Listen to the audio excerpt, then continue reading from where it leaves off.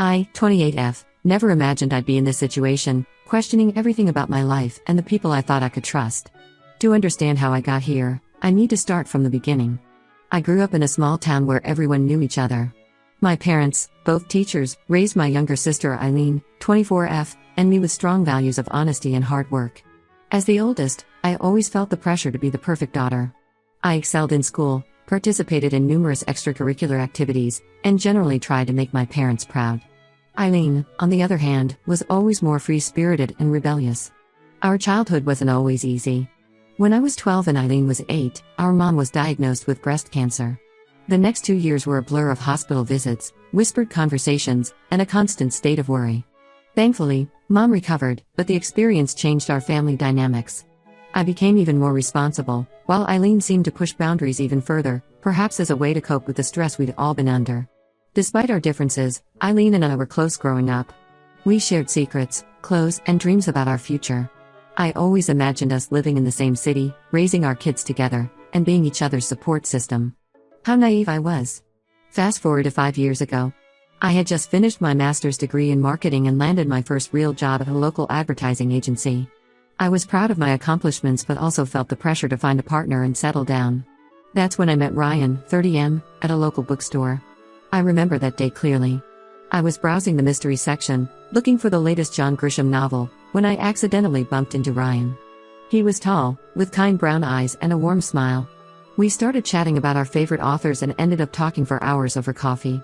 Ryan was charming, intelligent, and seemed genuinely interested in my thoughts and opinions.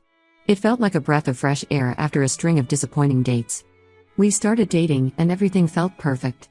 Ryan was supportive of my career, got along well with my friends, and even managed to charm my usually skeptical parents. He was especially good with Eileen, who was going through a difficult phase at the time. She had dropped out of college and was working a series of part-time jobs, much to our parents' dismay. Ryan often acted as a mediator during family arguments, always finding a way to calm everyone down. As our relationship progressed, I started to envision a future with Ryan. We talked about marriage, kids, and buying a house together. I thought I had found my happily ever after.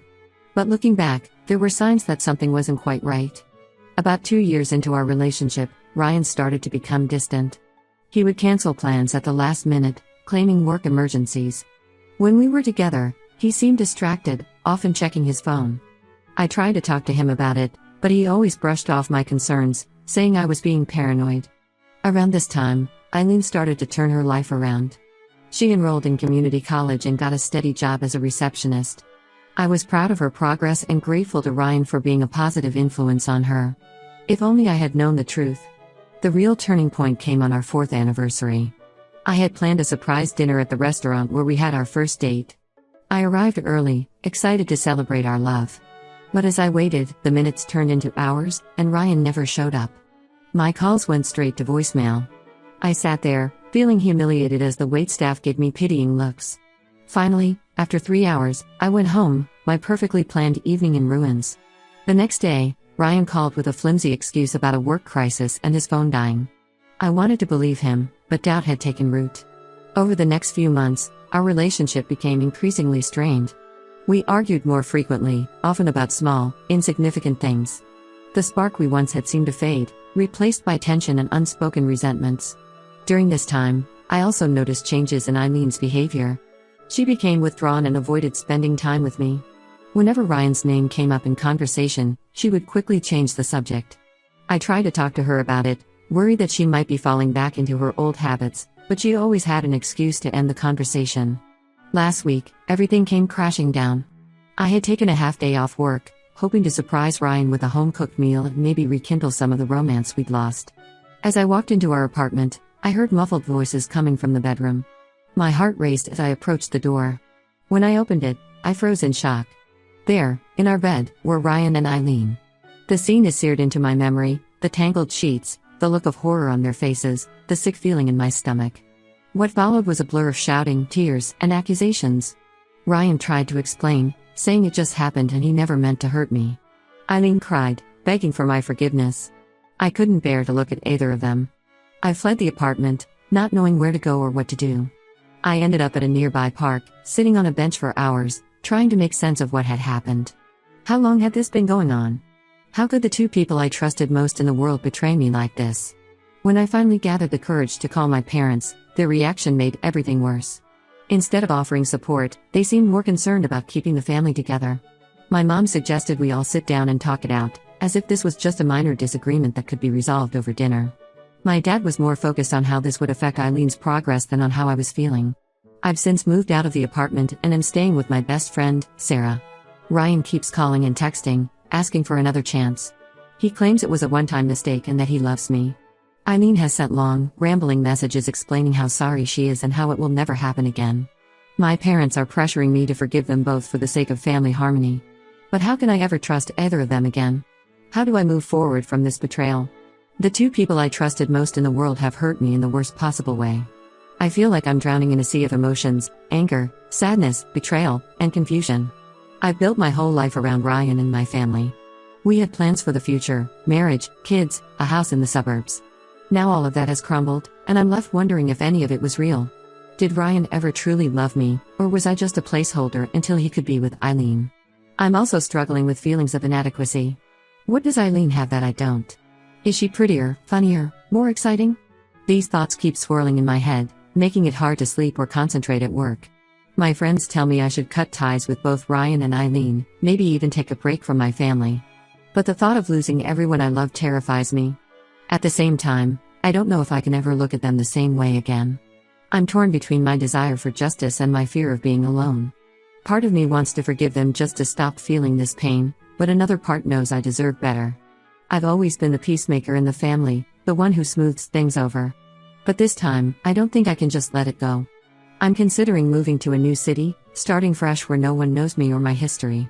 But is running away really the answer? Should I stay and confront this head-on? I'm worried that if I leave, I'll always be haunted by what happened. I guess I'm looking for advice, support, or just someone to tell me that it's going to be okay. How do I rebuild my life after such a massive betrayal? How do I learn to trust again? Am I wrong for not wanting to forgive them immediately? Any words of wisdom would be appreciated. Update 1: It's been a month since my last post, and I wanted to update you all on what's been happening. First, I want to thank everyone for their supportive comments and messages. Your words gave me the strength to stand up for myself during this difficult time. After much reflection and several sleepless nights, I decided to confront Ryan and Eileen one last time. I chose a neutral location, a quiet park near Sarah's place where I've been staying. When we met, I was struck by how different they both looked. Ryan, usually so put together, seemed haggard with dark circles under his eyes and wrinkled clothes. Eileen couldn't stop fidgeting, her eyes darting around nervously. I started the conversation by telling them how deeply their betrayal had hurt me. I spoke about the trust I had placed in both of them and how they had shattered it. As I spoke, I felt a strange sense of calm, as if I was finally releasing all the pain and anger I'd been holding inside. Ryan broke down in tears, begging for forgiveness. He claimed that what happened with Eileen was a one-time mistake, fueled by alcohol and poor judgment. He talked about how stressed he'd been at work, how he felt disconnected from me, and how Eileen had just been there to listen. I listened to his excuses, feeling a mix of pity and disgust. Then Eileen dropped a bombshell. With tears streaming down her face, she revealed that their affair had been going on for over a year. She said she couldn't live with the guilt anymore and wanted to come clean. Ryan's face turned pale as Eileen spoke, and I realized he had been lying to me yet again. Eileen went on to explain how it started. Apparently, a year ago, when I was out of town for a work conference, Ryan had come over to our parents' house to help Eileen move some furniture. They had a few drinks, started talking about their problems, and one thing led to another.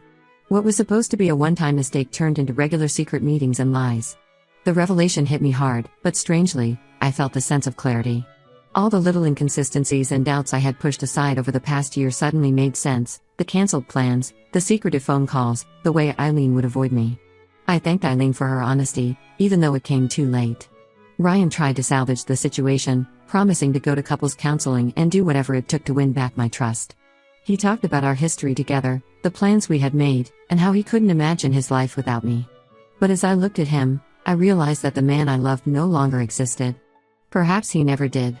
I told them both that while I appreciated their apologies, I couldn't continue to have either of them in my life. The trust was broken beyond repair, and I needed to focus on healing myself. Eileen tried to argue, bringing up our shared childhood and the bond we had as sisters. But I stood firm, telling her that she had chosen Ryan over that bond, and now she had to live with the consequences. After our meeting, I went back to our parents' house to talk to them. I hadn't been there since everything happened, and walking into my childhood home felt strange and uncomfortable. I sat them down and explained my decision to cut ties with Ryan and Eileen, at least for now. To my surprise, my mom burst into tears and confessed that she had known about the affair for months. She said she didn't tell me because she hoped it would blow over and didn't want to hurt me. She also admitted to being afraid that if she told me, I would cut ties with the family, and she couldn't bear the thought of losing her daughter. This revelation shook me to my core. I felt betrayed not just by my sister and boyfriend, but by my own mother. My dad seemed just as shocked as I was, leading to a huge argument between my parents. I sat there, watching as my family fell apart, feeling oddly detached from it all. Amidst all this chaos, I made a decision. A few months ago, I had been approached by a headhunter about a job opportunity in another state. At the time, I had dismissed it, not wanting to leave my life and family behind. Now, it seemed like exactly what I needed. I called the headhunter back and found out the position was still open. After a whirlwind of interviews and negotiations, I accepted the job offer. It's a great opportunity for my career, a step up in both responsibility and salary. But more importantly, it's a chance for a fresh start away from all this drama.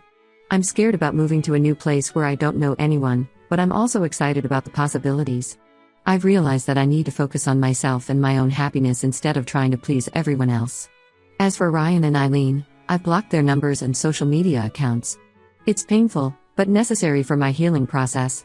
I've also told my parents that I need some space from them, especially my mom, to process everything that's happened. The hardest part was packing up my things from the apartment I shared with Ryan. Sarah came with me for support, and we spent a day sorting through years of accumulated memories. Each photo, each shared possession felt like a reminder of the life I thought I would have. But as I packed, I also felt a sense of lightness, as if I was shedding an old skin and preparing for a new chapter. I know the road ahead won't be easy. I'm leaving behind everything familiar, my job, my friends, my family. But for the first time in weeks, I feel hopeful about the future. I'm taking it one day at a time and learning to trust myself again. Thank you all for your support during this difficult time. I'll update again once I've settled into my new life. Update 2. It's been 6 months since my last update, and I wanted to share how things have been going. The move to the new state was challenging at first, but it turned out to be exactly what I needed. I've thrown myself into my new job, which has been both demanding and rewarding. The change of scenery and the opportunity to meet new people have done wonders for my mental health. My new job is at a larger advertising agency, and the projects I'm working on are more complex and exciting than anything I've done before. It's been a steep learning curve, but I'm enjoying the challenge. My colleagues have been welcoming, and I'm slowly starting to feel like part of the team.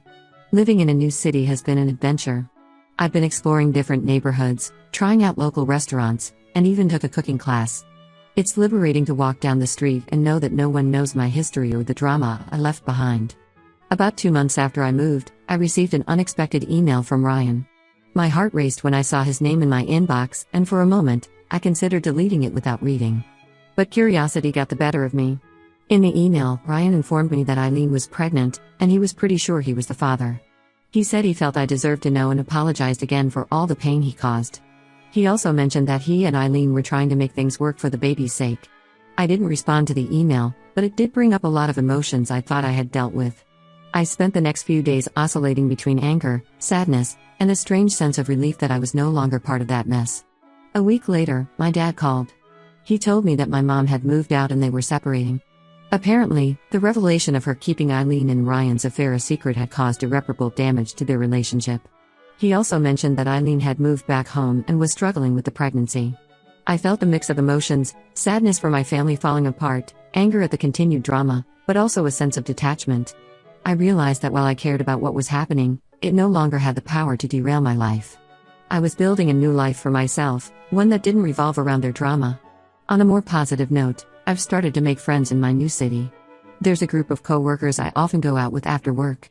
We've had movie nights, tried out new restaurants, and even did an escape room together. It's nice to have people to talk to who don't know my history and just accept me for who I am now. I've also joined a local hiking club.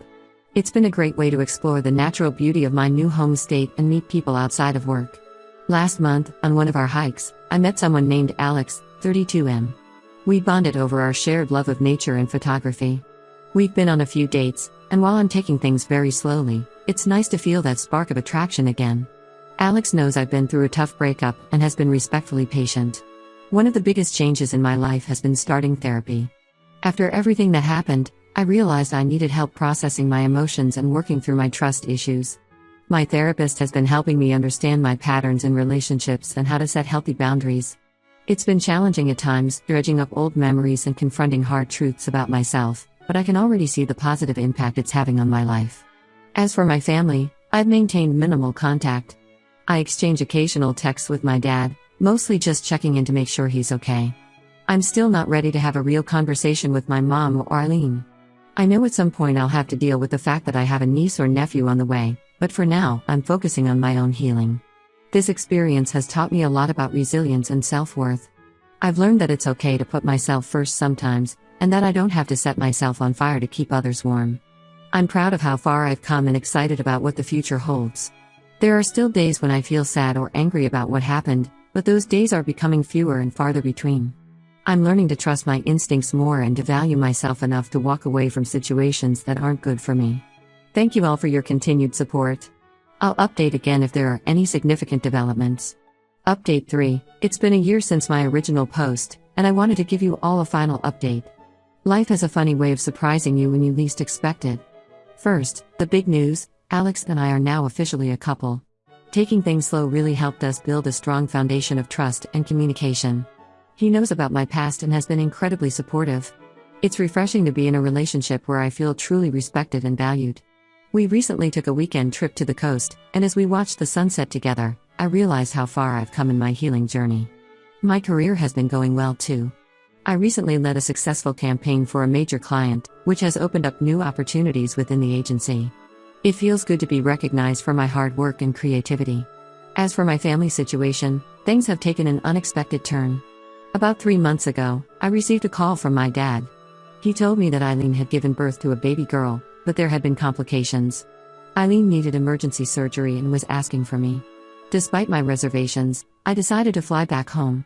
Walking into the hospital was surreal. I hadn't been back to my hometown since I left, and everything felt both familiar and strange.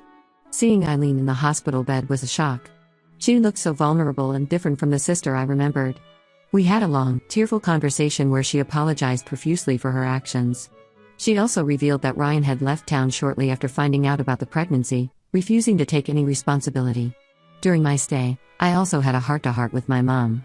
She expressed deep remorse for hiding the affair and explained that she was trying to protect both her daughters in her misguided way. While I'm not ready to fully forgive her, I understand her perspective better now. We're taking small steps to rebuild our relationship, starting with weekly phone calls. As for my dad, seeing him take care of Eileen and the baby softened my heart towards him. He stepped up as a grandfather and has been a rock for the family during this difficult time. We've started to rebuild our relationship, and I'm grateful for his unwavering support. The most surprising development?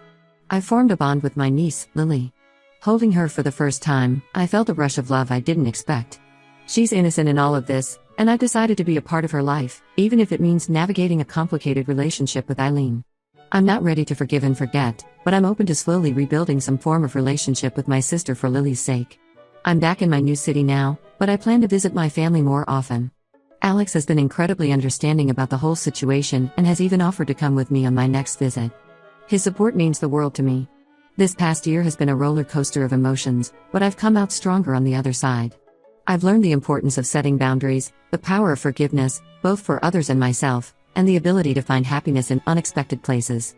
I still have moments of doubt and pain, but they no longer consume me. I'm focusing on building a life that makes me happy, surrounded by people who truly care about me.